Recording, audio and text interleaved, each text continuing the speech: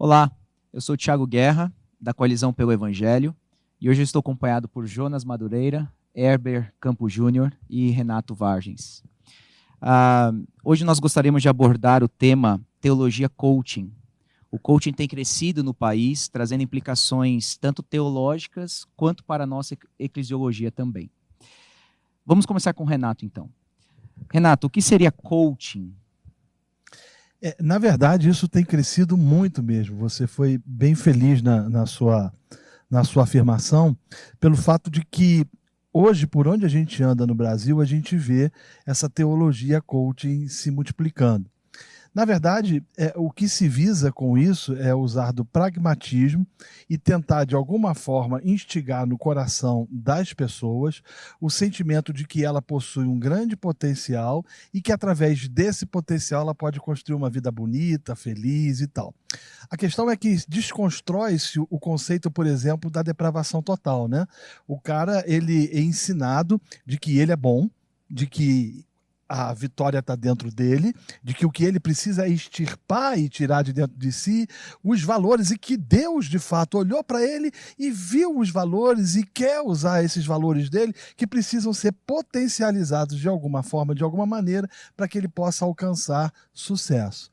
É impressionante isso, né? Porque isso vai contra as escrituras sagradas, né? Isso vai contra a palavra de Deus, que não, em hipótese alguma, coloca o homem no centro, ou que faz de Deus um tipo de gênio da lâmpada mágica, um serviçal, que existe somente, especificamente, para cumprir os desejos e as vontades do homem. A teologia do coaching, ela é nada mais, nada menos do que uma nova roupagem da teologia da prosperidade e da confissão positiva. O problema é que a teologia da prosperidade, da confissão positiva, de certa forma, entre aspas, entra em descrédito, ela começa a perder a sua força, e os caras arrumaram uma substituta que é tênue, né? Que é extremamente tênue. Então você vai ver os coaches, eles reúnem uma plateia, geralmente tem um teclado fazendo um som em tom menor, que é para poder sensibilizar o coração do indivíduo, e aí naquele momento ele faz de Deus como se fosse um grande serviçal mesmo. Não, você é bom, você precisa somente tirar de dentro de você aquilo que você tem de bom, porque Deus olhou em você coisas boas, só que você precisa potencializar isso. Ora, isso afronta efetivamente o Evangelho. E, Renato, não é verdade que a troca não é o que Deus faz a despeito de você, mas é o que Deus faz contigo, ou com a sua, né, com a sua bela habilidade. Então, assim, Deus faz uso daquilo que você tem de bom. Assim, é nisso que realmente perdeu o seu evangelho. Né? Eu estava conversando com o Renato há pouco, Thiago, sobre como o coaching é enganoso, mesmo fora do ambiente da igreja, porque ele nasce a partir de algo bom que eu enxergo dentro de mim. Então, olha como a coisa é enganosa. Não é só porque é algo bom dentro de mim, é porque parece que é em espírito de serviço. Porque quem é coach fala assim, rapaz, eu fiz todo mundo se sentir muito bem a seu respeito. Não é? Então você fala assim, eu servi. Olha que legal, eu fiz uma coisa útil. As pessoas agora estão servindo com alegria, estão falando, cara, você foi muito bênção na minha vida, você é um cara de Deus, não é? Porque você me fez agora trabalhar e fazer e acontecer. Então, parece até que você está servindo, quando na verdade você está massageando aquilo que tinha que ser morto, não é? Paulo, quando fala assim, já não sou eu quem vive, mas Cristo vive em mim, é porque aquilo que os coaches têm encorajado é o que tem que ser crucificado. Verdade. Não é? Eu estava pensando aqui, quando vocês estavam trabalhando essas questões, no que diz respeito a... Não, acho que o ponto que o Renato levantou da questão de ser a teologia coach, como a gente está colocando aqui, né? Ela ser uma espécie de desdobramento da teologia da prosperidade ou da confissão positiva, ela parece não só levantar de um lado a questão da centralidade do sujeito, mas, por outro lado, ela oculta aquilo que a gente, às vezes, tem dificuldade de notar, que é porque não parece, que é o completo vazio com relação à crença em Deus. Essa é uma perspectiva nihilista. Por que nihilista? Porque a pessoa não consegue acreditar em Deus. ela não é voltada para acreditar em Deus. Deus, se for usado, é como potencializador do sujeito. Ou seja, não se tem nenhuma confiança no que Deus pode fazer. Porque se houvesse uma confiança no que Deus pode fazer, toda a minha confiança não deveria ser colocada em mim, deveria ser colocada nele. E isso é visto como uma irresponsabilidade com relação à vida. Então, é uma maneira de você não só desconfigurar o homem, mas desconfigurar também Deus. E uma coisa interessante é que você vai ver os coaches, eles dizendo o seguinte: não, eu não fui chamado para falar teologia. Eles costumam dizer isso, né? Eu fui chamado para falar do amor de Deus. E aí eles superdimensionam o atributo do amor em detrimento a todos os outros. E, na verdade, o que eles querem mesmo, você foi muito feliz na sua afirmação, é massagear o ego da pessoa. A gente vive numa sociedade hedonista, cujo mote é farinha pouca meu pirão primeiro, como diz lá no Rio de Janeiro, onde as pessoas querem efetivamente serem felizes e mostrar para todo mundo a favela que nasceu. Então, essa teologia, ela cai perfeitamente. E ela leva as pessoas a desfrutarem de um tipo de cristianismo meio que ateu, é meio que não há centralidade de Deus, porque se Deus não é glorificado, se não há glória de Deus, Deus não está no centro.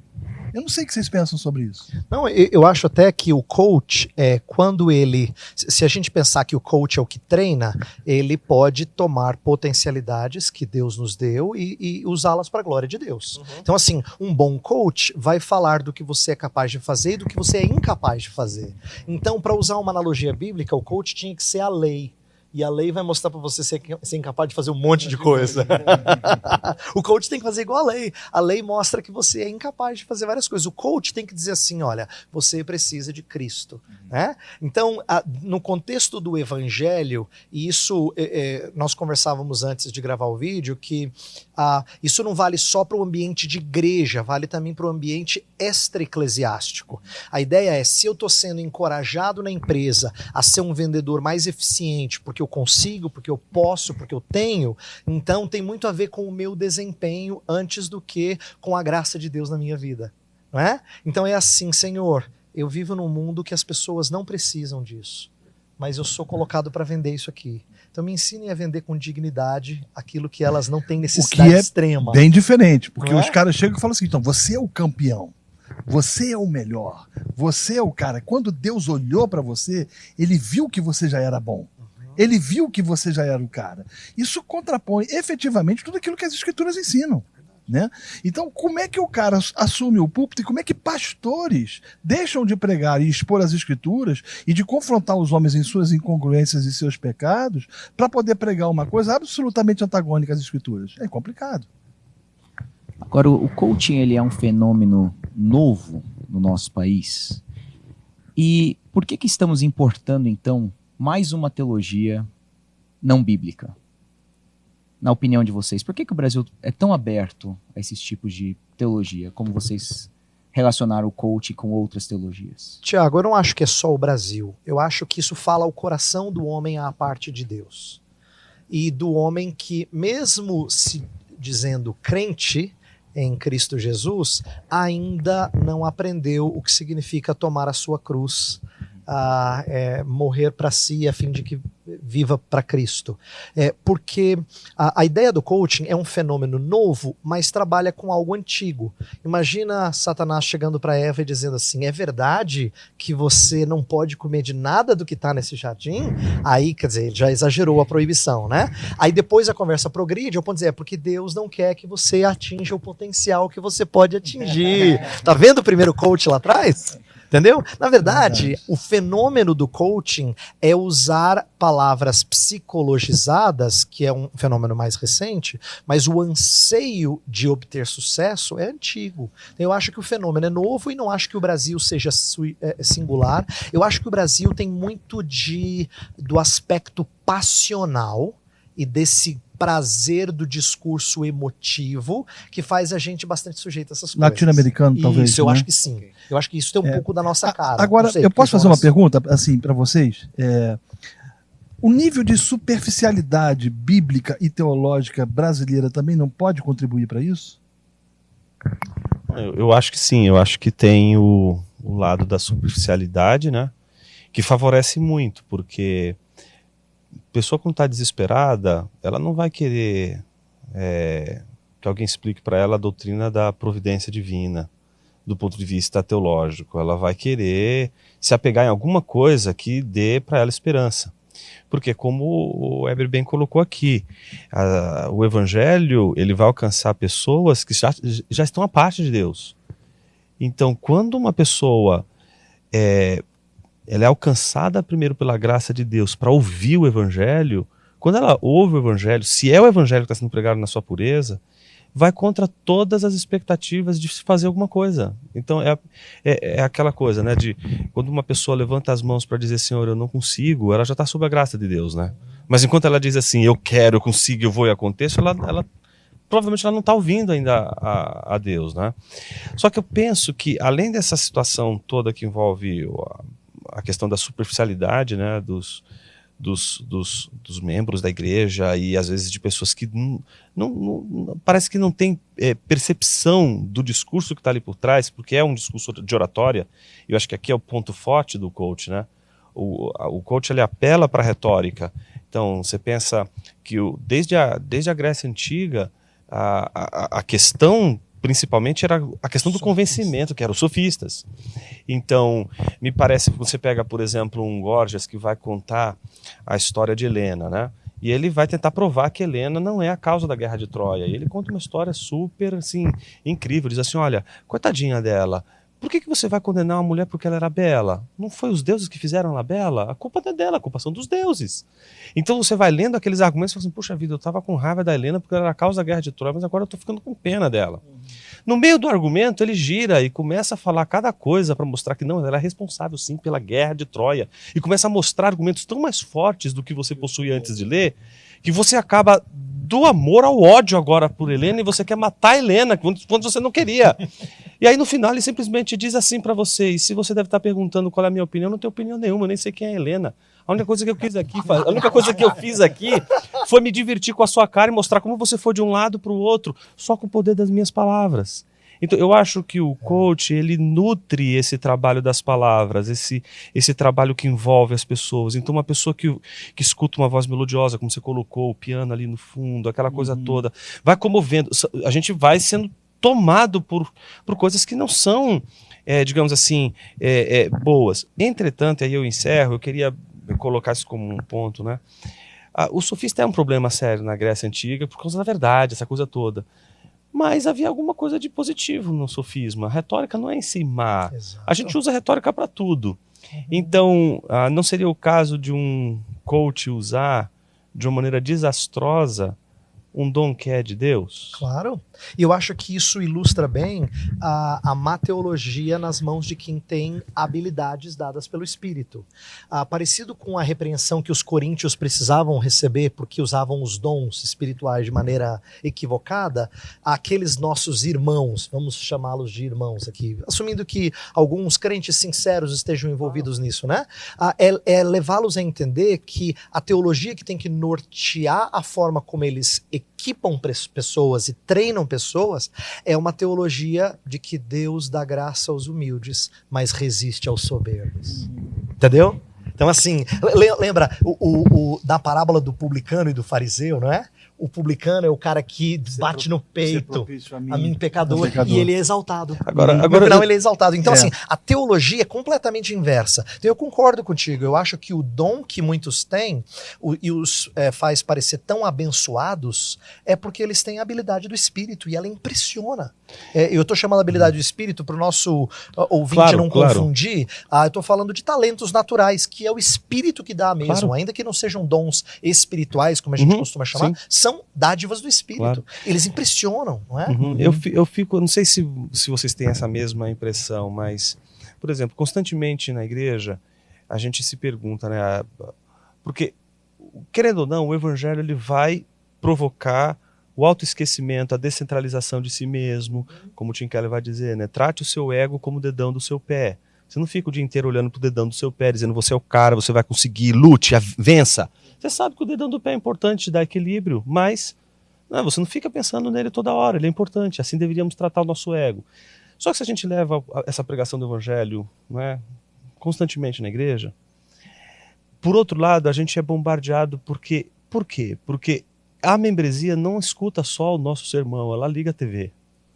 Ela escuta um podcast que um outro colega diz, ó, toma aí, escuta aí. Esse outro podcast é o podcast da mensagem de esperança e tal. E esses dias, uma pessoa na igreja chegou para mim e disse assim, olha, eu tô ouvindo só que eu não sou nada, que eu preciso da graça de Deus e que eu tenho que desaparecer, eu tenho que sumir, eu não aguento mais, eu preciso ouvir alguma coisa que diga que eu sou uma pessoa boa.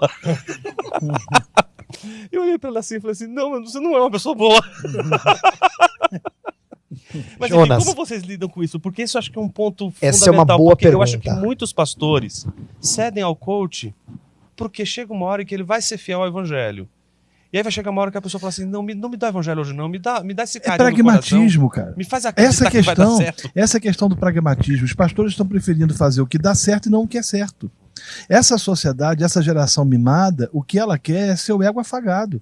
O que ela quer é satisfazer suas vontades, satisfazer seus desejos. E ela não quer ser confrontada, por exemplo, nos seus delitos e pecados. Você pode olhar, por exemplo, você vai perceber que boa parte dos púlpitos não pregam mais sobre pecado. Boa parte dos púlpitos não dizem mais para o homem de que ele nasceu mal. Então você vai ver, eu já vi pastores dizendo de que o homem é bom, de que ele nasce bom, pegando perspectivas de John Locke e colocando ipsilíteres na igreja. Aí você cria esse pano de fundo, esse background, e o coach chega e fala o seguinte, não, você não é mal. Você é bom. Você tem coisas boas dentro de você. Por isso Deus olhou para você. Bom, isso é uma antítese do evangelho. Isso não é aquilo que as escrituras dizem em nenhum momento. Agora, o problema é que no afã do sucesso, e principalmente dessa ideia da mega church, de você ter igrejas grandes e de você atrair muitas pessoas, com muita gente, os caras eles estão optando por isso porque é o que o povo quer ouvir. É isso, é simples, né? Então a gente a igreja tem oferecido para esse pessoal esse tipo de alimento. O que me leva também a entender é que a igreja é extremamente despreparada e não consegue entender doutrinas básicas. Doutrinas básicas. Por uma série de fatores, falta estudo, falta discipulado cristão, né? A gente não tem essa perspectiva do discipulado, é uma coisa que sumiu. E quando você vai ver o discipulado, você vai ver o discipulado dentro de uma outra perspectiva do manda quem pode, obedece quem tem juízo, principalmente em igrejas neopentecostais. Então é uma coisa muito complicada, né? E quando a gente fala sobre o coach, vai ter gente dizendo, não, esse pessoal não está entendendo a Bíblia, eu sou muito mais do que vencedor e por aí vai, né? Deixa eu falar só uma palavrinha sobre o que você levantou. Legal. Eu acho que seria bacana para até encerrar a minha participação, que eu acho que mostra o lado no qual o coaching nos desperta para a mensagem de verdadeira esperança, que é a seguinte: nós que amamos a palavra de Deus, sempre corremos o risco de, em contraponto a esse tipo de mensagem e pregação, cairmos em legalismos e sermos o que traz a pancada, não é? Nós somos pregadores da lei. Então, assim, o que a gente chama evangelho de lei e às vezes lei de evangelho. Quer dizer, como se obediência a Deus fosse evangelho. Não, obediência a Deus não é evangelho. Obediência a Deus é o que te falta. Isso é legalismo. Tá? Em que a gente fala assim sobre a fidelidade como evangelho. Não, é a nossa falta de fidelidade que exige que a gente pregue o evangelho. Então, talvez nesse erro nosso de pregarmos lei como se fosse evangelho, alguns têm buscado palavras que acalentam o coração. Então, onde é que eu acho que a gente deve receber esse alerta e orientar e ajudar as pessoas que nos ouvem? É que não tem nada que sare o nosso coração como o evangelho. Palavras, falsos evangelhos espúrios vão trazer uma esperança pueril, passageira, vão dar a impressão de que eu estou me sentindo bem, mas nada acalenta a dor, o vazio do coração como o verdadeiro evangelho. Então, a gente tem que aprender a mostrar como a lei de Deus fala da nossa feiura, mas ser encorajadores de grande conforto, de grande alento para o coração do crente. E eu termino minha fala dizendo para você, Jonas, que eu já tive isso. Uma vez, eu estava no início do meu ministério, e eu lembro de uma ovelha minha falou assim para mim: pastor, olha, tem sido uma bênção estar na sua igreja, viu? Olha, eles estavam membros há pouco tempo, uma benção, porque na outra igreja que eu estava, assim, o pastor era muito assim, só evangelização, é só apelo, aceitar Jesus, tal. Aqui não, aqui o Senhor é santificação, santificação, santificação. Quer dizer, na cabeça dela, ela estava me elogiando, mas na verdade ela me mostrou um lado que me frustrou. Mas foi legal isso, claro. Porque Deus usou isso para dizer assim, peraí, olha o que ela está ouvindo. Ela está ouvindo, na maioria das vezes, uma mensagem em que eu falo de como ela tem que ser santa. Mas e quando ela não é? Não é? Então, assim, foi um alerta para mim. Eu falei assim, Senhor, eu preciso trazer alento para quem não é. E o evangelho se tornar precioso e confortador. Então eu acho que a sua pergunta levanta um aspecto interessante. Por que muita gente tem ido atrás do coaching? Às vezes, não é justificativa, como o Renato bem mostrou, às vezes porque falta esperança e consolo genuíno do evangelho de púlpitos mais saudáveis. Agora, isso também pode ser pelo fato de que muitos pastores eles têm pregado a lei sem oferecer a graça. E aí você vê, por exemplo, o moralismo sendo pregado, né? Aquela história do cuidado boquinha no que fala, lembra daquela música, né? Cuidado olhinho no que vê. Eu tenho uma imagem, eu sempre imagino um velhinho de barba branca com a camisa do Flamengo, uma cena horrorosa, né? A cena horrorosa, a cena assim apontando o dedo. Mas o que os pastores às vezes pregam é moralismo mesmo, né? E aí você oferece a espada, mas não oferece o evangelho. E aí você abre a possibilidade, a perspectiva para as pessoas procurarem uma palavra de esperança onde não deveria procurar. Bom, nosso tempo está chegando ao fim. Eu queria agradecer a vocês pela excelente abordagem, né? E vocês também que estão nos assistindo para mais assuntos como esse e outros, né, abordagens à luz do Evangelho. Siga a Colisão pelo Evangelho nas nossas redes sociais. Que Deus os abençoe.